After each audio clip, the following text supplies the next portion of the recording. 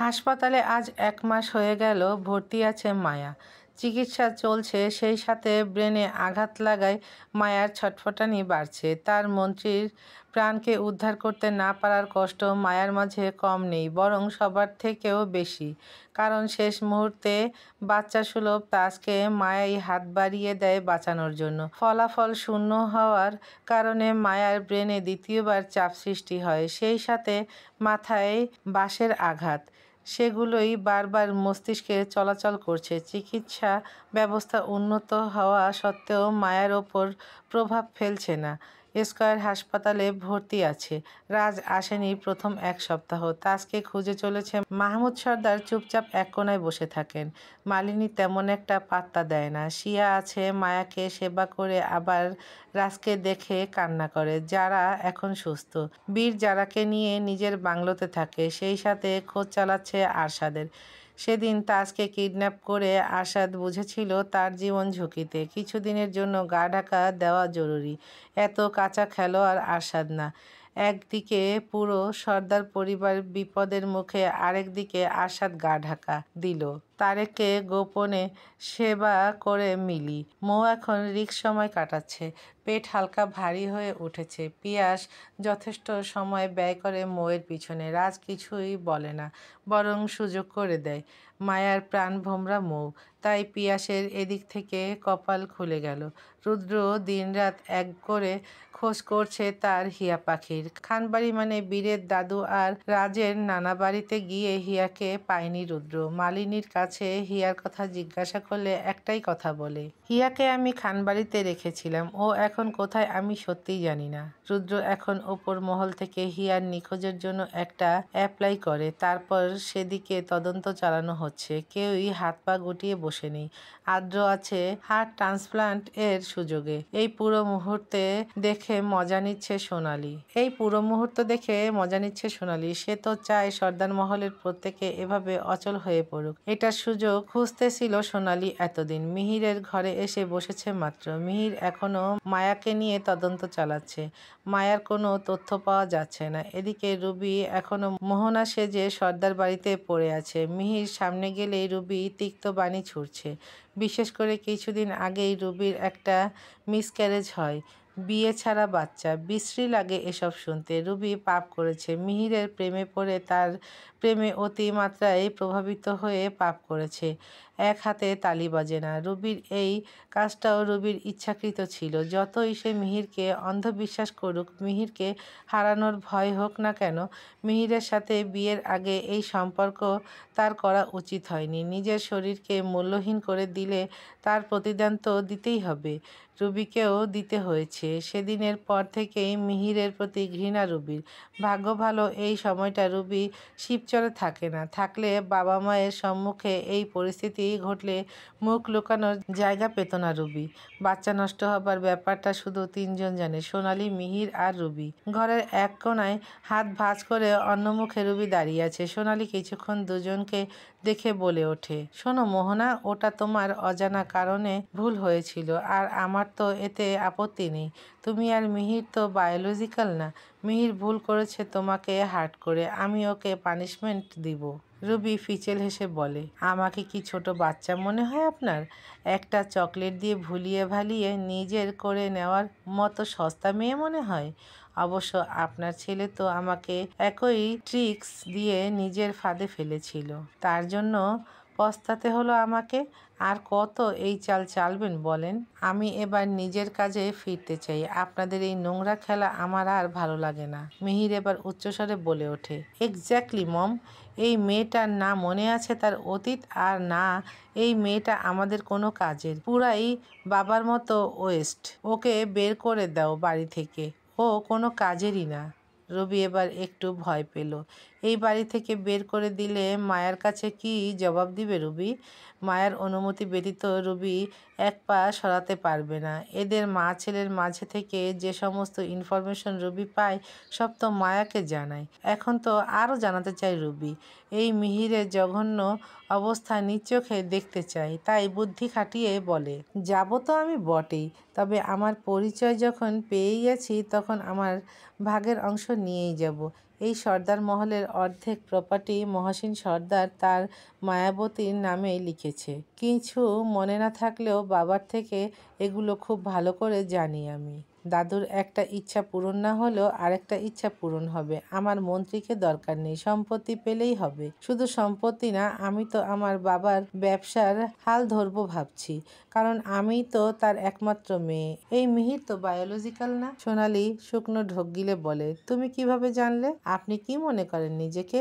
ইঙ্গিতে শুধু বায়োলজিক্যাল বলতে মায়ের ডিএনএ ম্যাচ করানো, এটাই বুঝিয়ে দেন আর আমি বুঝে গেলাম? আমি খুব ভালো করেই জানি মিহিরের শরীরে শুধু শাহানা পারভীন না, মোহন সর্দারের রক্তও নেই। মিহির আপনার অবৈধ সন্তান ঠিকই, কিন্তু সর্দার বংশের না। প্রমাণ কি তোমার কাছে? মিহিরের কথা শুনে রুবি স্মিত হেসে বলে, তোমাদের ডিএনএ টেস্ট করালেই তো প্রমাণ আসবে।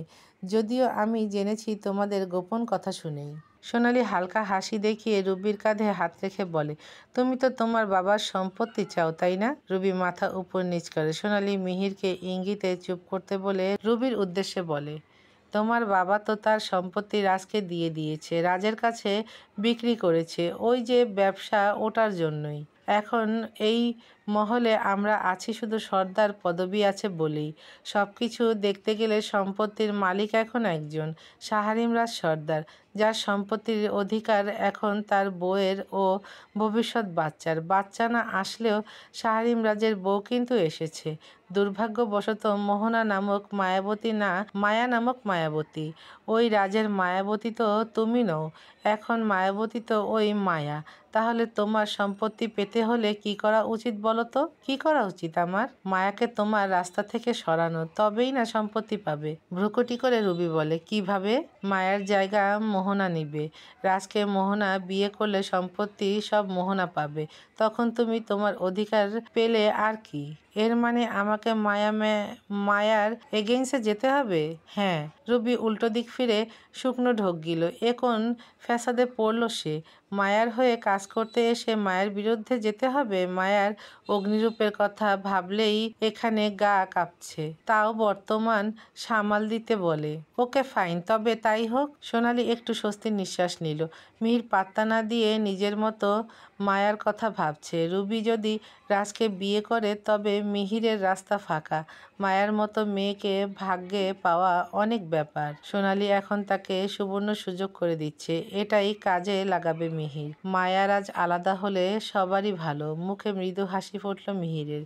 প্রতিদিনের মতো এদিক ওদিক বাইক নিয়ে ছুটছে রুদ্র। হিয়াকে নিয়ে মালিনীর কাছে বারবার জিজ্ঞাসাবাদ করেও কোনো উত্তর জানা গেল না। হিয়ার কলেজের সমস্ত বন্ধু বান্ধবীদের বাসায় গিয়ে অনেক জিজ্ঞাসাবাদ করে। মন্ত্রীর বোনের পরিচয়ের জন্য রুদ্রের সুবিধা মিলছে জিজ্ঞাসাবাদে, কিন্তু রুদ্র হিয়ার খোঁজ পেল না। মাঝ রাস্তায় ফোন বেজে উঠল রুদ্রের। বাইক থামিয়ে পকেট থেকে ফোন বের করে দেখে রাজের কল। রিসিভ করতেই রাজের কর্কশ কণ্ঠে শুনতে পায়, আমার বোনের খবর পেলি?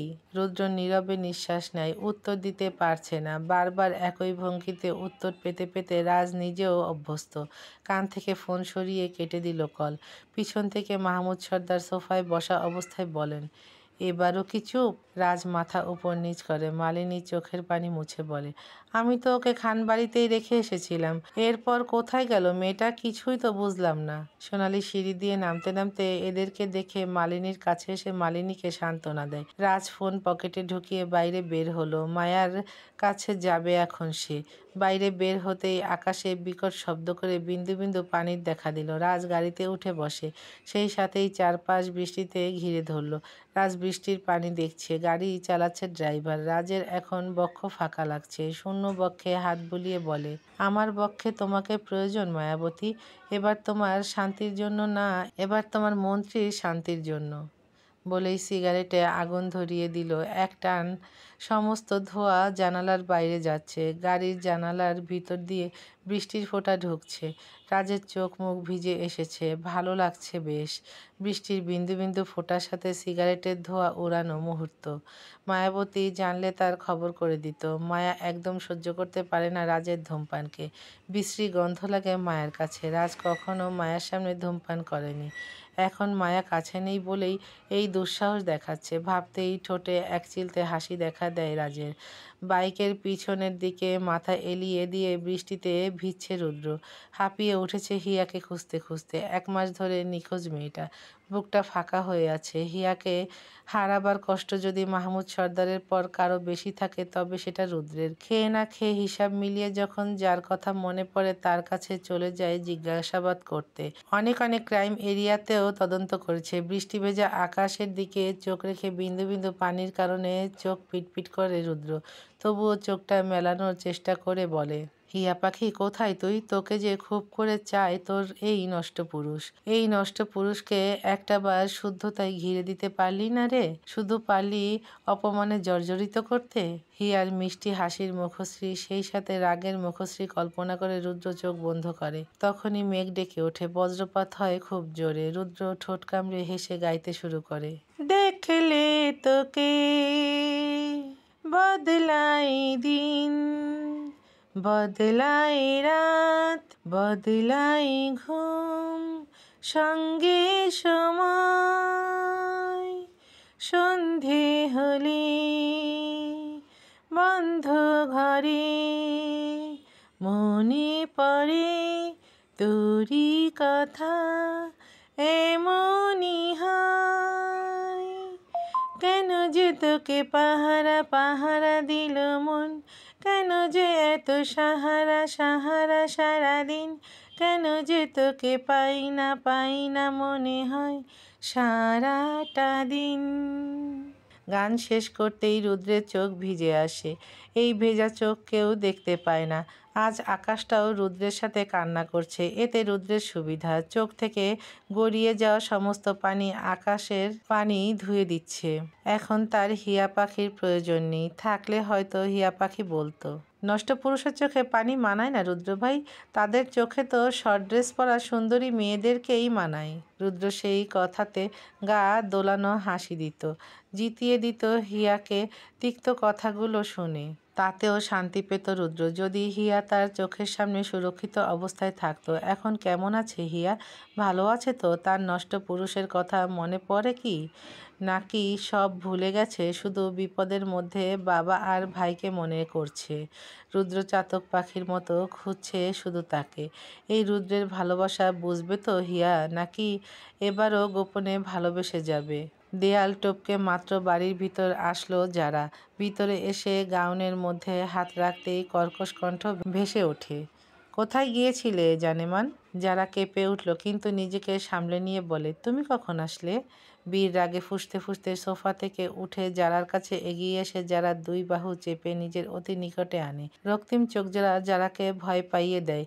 ভালোবাসে বলেই হারানোর ভয়। এছাড়া বীরের হিংস্র ভালোবাসার ভয় যারা পায় না। যারার মাঝে ভয়ের ছাপ নেই বলে বীর যারা থুতনি চেপে ধরে বলে, আবারও কিছু গোপন করতে চাইছো বুঝি? একবার আমাকে নিয়ে ডেয়ার দেখানো, তারপর আমাকে ধোঁকা দেওয়া, নিজের আসল মাফিয়া দেখানো, এত কিছু কি কম নাকি যে আবারও নতুন প্ল্যান আঁটছো? মগজে একটা কথা ভালো করে ঢুকিয়ে রাখো, যত বড় চাল চালো না কেন তুমি আমারই থাকবে। আমার শেষ নিঃশ্বাস ত্যাগ হবার আগ পর্যন্ত তোমার নিস্তার নেই জানেমান। যারা চোখ দিয়ে গলগল করে পানি পড়ছে, যারা আবেগে বলেই দেয়, যেদিন তোমার থেকে তোমার মূল্যবান সম্পদ আমি তছনছ করে দিব সেদিনও কি পারবে আমাকে নিজের করে রাখতে? বীরের হাত আলগা হয়ে আসতে নেয় যারার এহেন কথাতে। যারা বুঝতে পেরে সরে যেতে নিলেই বীর আবারও যারাকে শক্ত করে ধরে নিজের মাঝে লেপ্টে নেয়। মুখে কিছু বলে না। যারার মুখটা বীরের বুকে এসে আটকে গেল। যারার কানের লতিতে ছোট্ট করে কামড় দিল বীর। যারা একটু কেঁপে উঠল, মৃদু হাসল। বীর ফিসফিস করে বলে, আমার মূল্যবান সম্পদ তো তুমি নিজেই। যারা নিশ্চুপ হয়ে নরম চাহনি দিল। বীরের মুখে নিজের কথা রোমাঞ্চকর বাণী দিয়ে ফেরত পেল। এখন কিছুই বলার নেই যারার। হাসপাতালে এসে মায়ের কেবিনে মাত্রই পৌঁছালো রাজ। মায়ের জ্ঞান ফিরেছে ঘন্টা 2 হবে। রাজ আসতে দেরি করেছে। হাসপাতালে পৌঁছে মায়ের কেবিনে ছুটে এলো। মায়া বেডে শুয়ে আছে, কপালে ব্যান্ডেজ করা, হাতে ক্ষতগুলোর দাগ আছে কিন্তু ব্যথা নেই। উন্নত মানের চিকিৎসা পেলে কি আর এই কাটাছেঁড়া থাকে? রাজ ছুটে এসে মায়াকে জড়িয়ে ধরে। রাজের নিঃশ্বাসের সাথে সিগারেটের গন্ধ মায়ার নাকে মুখে বাড়ি খাচ্ছে। মায়া ধাক্কা দিয়ে সরিয়ে দিল রাজকে। রাজ দূরে সরে গেল, একটু অবাক চাহনি দেয়। মায়া নাক ছিটকে বলে, কে আপনি? রাজ অবাকের সাথে বলে, মায়াবতী। রাজ একটু এগিয়ে আসতে নিলে মায়া বলে ওঠে, এভাবে অন্যের হবু বউকে জড়িয়ে ধরাটা কি আপনার শোভা পায়, তাও আবার আমার হবু বরের সামনে? রাজ যেন ঘুরে গেল। কি বলছে মায়া কিছুই বুঝতে পারল না। রাজ অবাক চাহনি দিয়েই আছে। মায়া আবারও বলে, তবে এবার রাজের পিছনের দিকে মাথা বেঁকিয়ে বলে, দেখো না মিহির, উনি তোমার সামনেই অসভ্যতা করছে, তুমি কিছু বলবে না? তুমি কি আমাকে ভালোবাসো না? রাজ পিছনে ঘুরে মিহিরকে দেখে আরো বেশি অবাক হলো। সোফায় হাঁটুর উপর পা দিয়ে মুখে হাসি ফুটিয়ে বসে আছে মিহির। এক ভ্রু উঁচু করে রাজের দিকে বিলেনি হাসি দিল। রাজ হাত মুঠ করে মিহিরের দিকে এগিয়ে সোজা মিহিরের গলা টিপে ধরে বলে, সুবাচ্চা, তোর সাহস কত বড়, তুই আমার বউয়ের দিকে নজর দিস? তোর এই রুহু আমি তোর শরীর থেকে আলাদা করে দিব। মিহির খুক খুক করে কেসে ওঠে। মায়া হাইপার হয়ে ওঠে। বেড থেকে উঠে কোনো রকমে রাজের হাত ধরে খামচে বলে, ছাড়ুন ওনাকে, আপনি ওনাকে মারছেন কেন? রাজ অগ্নি দৃষ্টি দিয়ে মায়ের দিকে ফিরে বলে, তুমি এই কাপুরুষের জন্য আমার সাথে ঝগড়া করছো Mayabati? Do you have any idea who is he? He is my fiancee. বিবাহিত মেয়ের কোনো হবু বর থাকে না। এই ছোট বিষয়টা কি তোমার মাথায় আঘাতের সাথে নিঃশেষ হয়ে গেছে? মায়া চোখ ছোট ছোট করে বলে, কে বিবাহিত? আমি বলেছি আমার হবু বর মিহির। তাহলে আমি বিবাহিত হই কিভাবে? রাজ মায়ার দিকে চোখ স্থির রেখেছে। মাথায় আঘাত পেয়ে কি তাহলে মায়ার স্মৃতি গেল? ভাবছে রাজ। এই দুটো ঘন্টার মাঝে কি তবে মিহির মায়ার মাথায় সুযোগ বুঝে অন্য কিছু ঢুকিয়ে দিল? আসলেই তো তাই। না হলে কি মায়ার মতো মেয়ে মিহিরকে হবুবর বলতে পারে? রাজকে না চিনে অন্য কাউকে নিজের হবুবর বলা মানে তো এটাই যে মায়ার কিছুই মনে নেই। মিহিরকে ছেড়ে দিয়ে রাজ কল করে আদ্রকে। আদ্র রিসিভ করে না। সে এখন অন্য জায়গায় ব্যস্ত।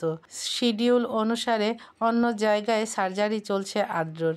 কিছুক্ষণের মধ্যে অন্য একজন ডাক্তার এলো। রাজ তাকে দেখে চোখে কাঠিন্য ভাব বজায় রেখে বলে, কি হয়েছে আমার বউয়ের? ডাক্তার শুকনো ঢোক গিলে বলে, ওনার স্মৃতিশক্তি হারিয়ে গেছে। সরি টু সে, উনি কিছুই মনে রাখেননি। রাজ আঙ্গুল উঁচিয়ে মিহিরকে দেখিয়ে বলে, ও এখানে কি করে এলো? দেখুন, আপনারা তো বাইরের মানুষ অ্যালাউ করতে দিবেন না, কিন্তু সর্দার পরিবারের মানুষ তো অ্যালাউ। আমি সর্দার পরিবারের মানুষকে না বলি কিভাবে?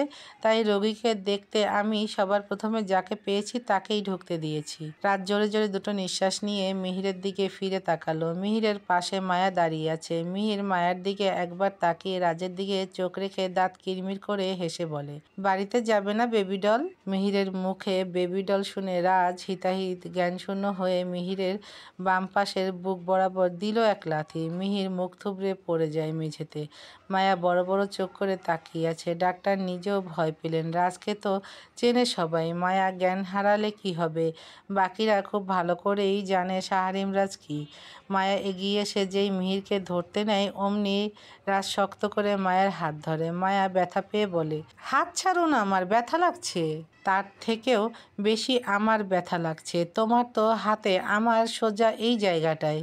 রাজের বুকের বাম পাশটায় ইঙ্গিত করে বলে। মায়া হাত ঝাড়া দিয়ে ছাড়িয়ে বলে, অন্যের হবু বউয়ের দিকে নজর দিবেন না। আমি কিন্তু এসব নোংরামি সহ্য করতে পারি না। ও রিয়েলি? তোমার এসব নোংরামি সহ্য হয় না বুঝি? তাহলে দেখা যাক কেমন অসহ্যকর লাগে তোমার এই নোংরামিতে।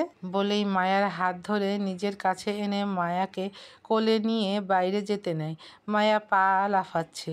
রাজকে দুই হাত দিয়ে কাঁধের দিকে মেরেই চলেছে। রাজ ব্যথা পেলেও সহ্য করে নিচ্ছে। মায়ার মুখে একটাই কথা, ছাড়ুন আমাকে, ছাড়ুন বলছি। আমি আপনাকে খুন করে দেব বলে দিলাম। তুমি আমাকে খুন করতে পারবে না মায়াবতী, বরং আমার জন্য অন্য কাউকে খুন করতে পারো। আপনি কে যে আমি আপনার জন্য অন্য কাউকে খুন করব? আমি তোমার স্বামী, তোমার মন্ত্রীমশাই শাহরিমরাজ। আমি অবিবাহিত, আমার স্বামী নেই। হ্যাঁ, আমার বিয়ে ঠিক হয়েছে। মিহির আমার হবু বর। আপনি কেন আমাদের মাঝে আসছেন? রাজের পা আটকে গেল। মায়ার মুখে এসব শুনে রাজের কপালের শিরা ফুলে উঠেছে। এতক্ষণ নিজেকে সামলে রাখলেও এখন মায়াকে পাশের আরেকটা কেবিনে নিয়ে ছুঁড়ে মারে ফাঁকা বেডে। পকেট থেকে ফোন বের করে ওদের বিয়ের ছবি দেখিয়ে বলে, লুকস, আমাদের বিয়ের ছবি। আমি তোমার স্বামী হই, অন্য কেউ না। ওই মিহির মিথ্যা কথা বলছে তোমাকে। ও তোমার স্বামী না, বরং ও তোমার বা। রাজ আবারও কিছু বলতে নিবে, মিহির বলে ওঠে, ওগুলো এআই দিয়ে এডিটের ছবি। রাজের সবসময় তোমার দিকে কুনজর লেগেই থাকে বেবি ডল।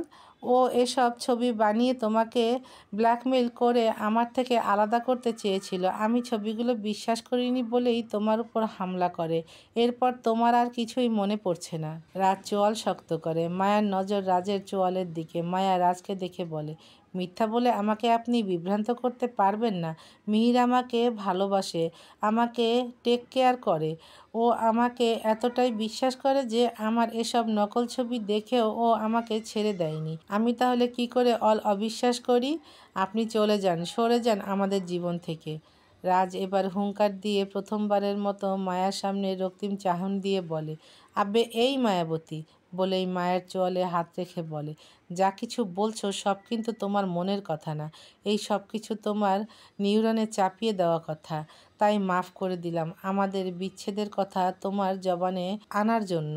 এই শাহরিম রাজ তার মায়াবতীর ইচ্ছে পূরণ করবে মানে এই না যে শাহরিম রাজের জীবন থেকে তার মায়াবতীর অস্তিত্ব মুছে ফেলবে। এটা কোনোদিন সম্ভব না। মায়া এবার উত্তেজিত হয়ে গেল। রাজের মুখ থেকে আসা সিগারেটের বিশ্রী গন্ধ সাথে রাজের তেজ দেখানো কথা সহ্য হলো না। এক প্রকার ছোটাছুটি করতে করতে অজ্ঞান হয় মায়া। ডাক্তার এগিয়ে এসে মায়াকে দেখে। নার্স এসে মায়াকে আগের কেবিনেই নিয়ে গেল, ঠিকভাবে শুইয়ে দিল বেডে। কিছুক্ষণ পর ডাক্তার বাইরে এসে দাঁড়াতেই রাজ বলে, কি হয়েছে ওর? ওনার জ্ঞান ফেরার পর মেমোরিতে প্রথমেই ঢোকানো হয় উনি মিহির সর্দারের হবু বউ। তাই এটা অসম্ভব হলেও মানতে হবে যে উনি যেটা বিশ্বাস করেছেন ওটা অতি দ্রুত মিথ্যা প্রমাণ করা যাবে না। এতে ওনার ব্রেনে চাপ পড়বে। পরপর দুইবার আঘাত লাগায় ওনার মানসিক সমস্যা আছে। উনি বলতে গেলে একজন সাইকো, যার মধ্যে একবার যেটা সত্যি বলতে দাবি করানো হয় তা শত চেষ্টায়ও মিথ্যা করা সম্ভব হয় না। এখন আমার করণীয়, ওনাকে আপাতত একটু ফোর্স কম করা। উনি যেটাতে বিশ্বাসী সেটাতেই সায় দিতে হবে। ধীরে ধীরে তাকে বোঝাতে হবে সে যেটা জানে সব মিথ্যা। এখন কিছু বললেই হাইপার হয়ে উঠবে উনি, নিজের ক্ষতি করে দিতে পারে। তখন হয়তো আপনি মিসেস মায়াকে চিরদিনের জন্য হারাবেন। রাজ এবার দুর্বল হতে শুরু করে, পিছিয়ে গেল ধীরে ধীরে। রাগের দুঃখে দেয়ালে কয়েকটা ঘুষি দেয়, যার প্রত্যেকটা ব্যথা রাজের হাতে লাগছে। ডাক্তার এগিয়ে এসে নার্সকে ডেকে বলে, ওনার হাতে ব্যান্ডেজ করে দাও। নার্স এগিয়ে আসতে নিলে রাজ হাত উঁচিয়ে হুঙ্কার দিয়ে বলে, আমার বউকে চিনিস তো তোরা? আজ তো এক বাঘিনী সে। আমার আশেপাশে কাউকে দেখতে পারে না। আমার হাত ধরলেই সেই নারীকে কোমায় পাঠিয়ে দেয় আমার মায়াবতী। তাই সাবধানে থাক, আমার থেকে দূরত্ব বজায় রাখ তোরা। ডাক্তার কাঁপা কাঁপা গলায় বলে, কিন্তু আপনার হাত থেকে রক্ত ঝরছে। এটা সামান্য ক্ষত, যার রক্ত দেখতে পাচ্ছিস সচক্ষে, আর করুণা করছিস। যে ক্ষত আমি ছোট থেকে বয়ে বেড়াচ্ছি তার তো রক্ত দেখা যায় না, এই জন্য করুণা করতে পারছিস না। এক মায়াবতীকে আগলে নিয়ে সারা জীবন পাড়ি দিব ভেবে এসেছি, এখন সেও আমাকে ভুলে গেল। আমার আর থাকলোটা কি? রাজের রক্তিম চোখ দিয়ে হালকা পানির দেখা দিল। ডাক্তারের করুণা হলো। ছুটে এলো আদ্র। রাজকে দেখে ডাক্তারের দিকে ফিরে বলে, কি হয়েছে? ডাক্তার সব খুলে বলে। সব শুনে আদ্র এক পলক মিহিরের দিকে বিরক্তিকর চাহনি দেয়। রাজকে দেখে আদ্রর খারাপ লাগছে। এই ছেলেটা অল্প বয়সে মাকে হারালো, বাবার দ্বিতীয় বিয়ে দেখলো, এরপর বাবার থেকে ভালোবাসা পেল না। দাদা একমাত্র ভালোবাসতো, সেও অসুস্থ হতে শুরু করে। শাহানা পারভিন যে কিনা মায়ের আদর স্নেহ দিত, সেও প্রেগনেন্ট হয়ে ব্যস্ত হয়ে পড়ে।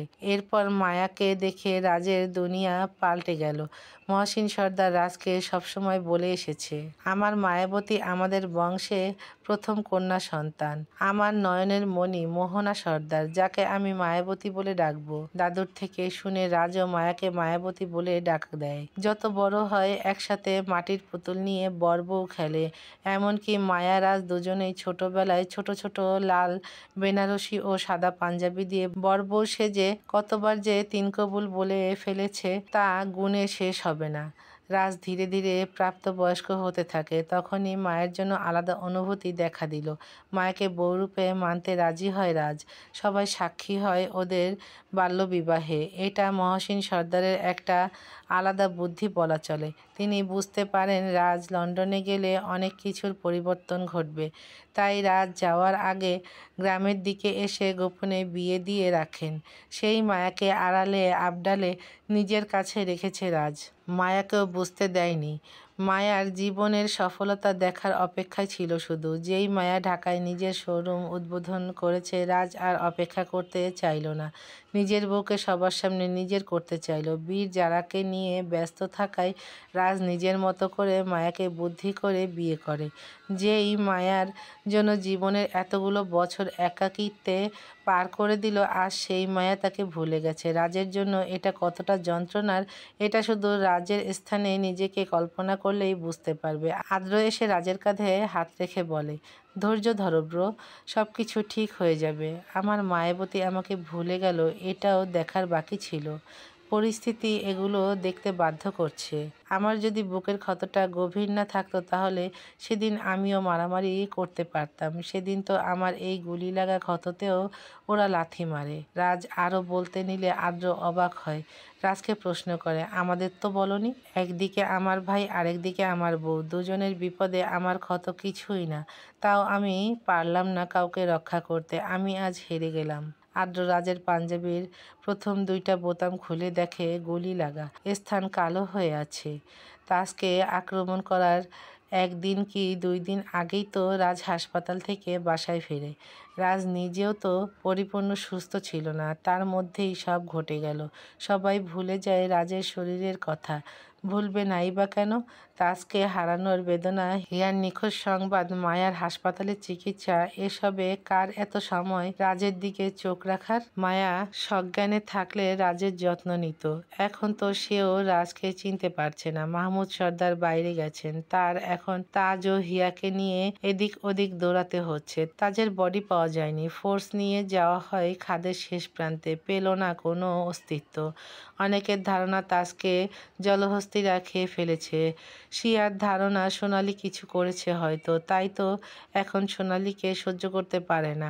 মালিনী ও সোনালি একত্রে আলাপ করতে করতে মাহমুদ সর্দারের ঘরে যাচ্ছে। শিয়া ওদের পিছু নিল। এই সোনালিকে দুচোখে সহ্য করতে পারে না শিয়া। রুদ্রকে জানিয়েছে, কিন্তু এইটুকু জেনেই বা কি হবে? শিয়ার নজর এখন সোনালির ওপর থাকে। ওরা ঘরে এসে বসতেই সোনালি বলে ওঠে, তোমার বৌমার স্মৃতি হারিয়েছে, এই সুযোগ আছে মোহনার সাথে রাজকে বিয়ে দেওয়ার। তাহলেই তো দলিলগুলো একসাথে হবে। এই দিকের দলিল এক হলে আমরাই ওদের বিপদে ফেলে সম্পত্তি পাবো। ফর্মুলা তো আমাদের কাছে, কিন্তু ওই কাগজপত্র, ওগুলো না থাকার কারণে তো বৈধ নাম করে আমি ফর্মুলা সাপ্লাই করতেও পারবো না। একটু চেষ্টা করো তুমি। মালিনী বিছানা থেকে উঠে দাঁড়িয়ে বলে, আমি কি হাত গুটিয়ে বসে আছি? নিজের মেয়েকে কিডন্যাপ করে রেখেছি, এমন জায়গায় রেখেছি যে কেউই ওকে খুঁজে পাবে না। একবার শুধু ফর্মুলার দলিলগুলো আর বাড়ির কাগজপত্র আমাদের দখলে পাই, তারপর হিয়াকে নিয়ে আসবো। তখন তো তোমাদের আর সমস্যা নেই। হিয়াকে আটকে রেখে তুমি ভালোই করেছো, না হলে তোমার মেয়ের অবস্থা আমি খারাপ করে দিতাম। খবরদার আমার মেয়ের গায়ে একটা দাগও যেন না লাগে। ওকে আমি সরিয়ে রেখেছি যেন তুমি তোমার কাজ সহজভাবে করতে পারো। আমার মেয়ে এর মধ্যে ফাঁসবে না, তাই তুমিও ওর কিছু করার কথা ভাববে না। আরে জানি জানি, তোমার ভাই তো। খট করে শব্দ আসে শিয়ার হাত দরজার সাথে।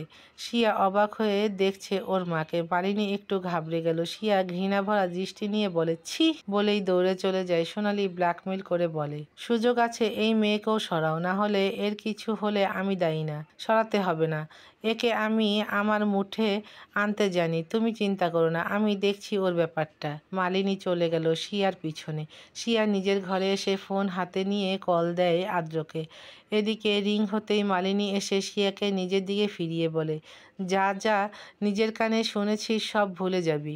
শিয়া কান্না করতে করতে রাগ দেখিয়ে বলে, মানলাম তাজ ভাই তোমার সন্তান না, তাই তার হারিয়ে যাওয়াকে তুমি স্বাভাবিক নিচ্ছ, কিন্তু মা, হিয়া তো তোমার নিজের মেয়ে।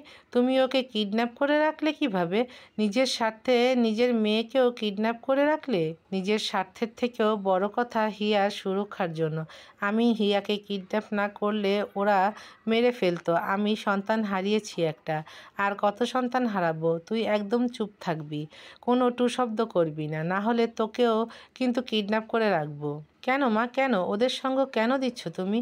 ভাই ভাবি আছে তো, ওরা দুজনে মিলে এই বাজে লোকগুলোর খারাপ পরিণতি করে দিবে। কিছু করতে পারবে না, বরং এই যাবৎকাল সবাই সবকিছু হারিয়ে এসেছে, আরও হারাবে। আর আমি কেন সঙ্গ দিব না ওদের? আমি কি পেয়েছি জীবনে?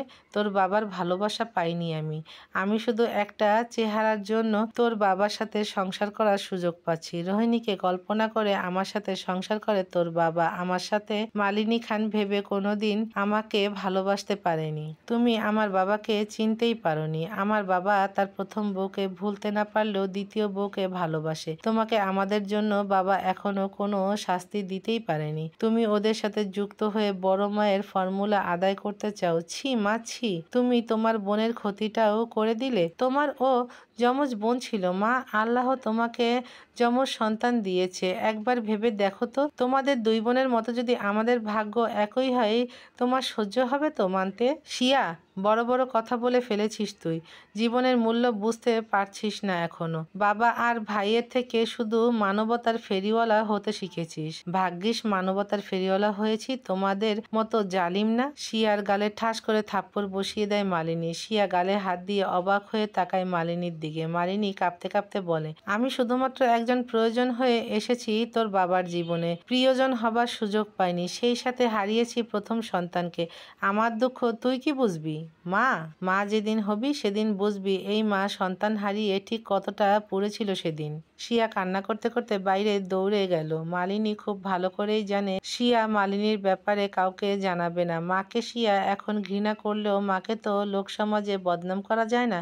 কিন্তু মালিনী এটা জানে না, মালিনীর এই সমস্ত কথা আদ্র ও রাজ শুনেছে। আদ্র মেসেজ করে দিল রুদ্রকে। রুদ্র একটু শান্তি পেল। নিজের সন্তানকে কিডন্যাপ করে রেখেছে মানে হিয়া সুরক্ষিত আছে। এখন তাহলে ওদেরকে অন্য পদক্ষেপ নিতে হবে।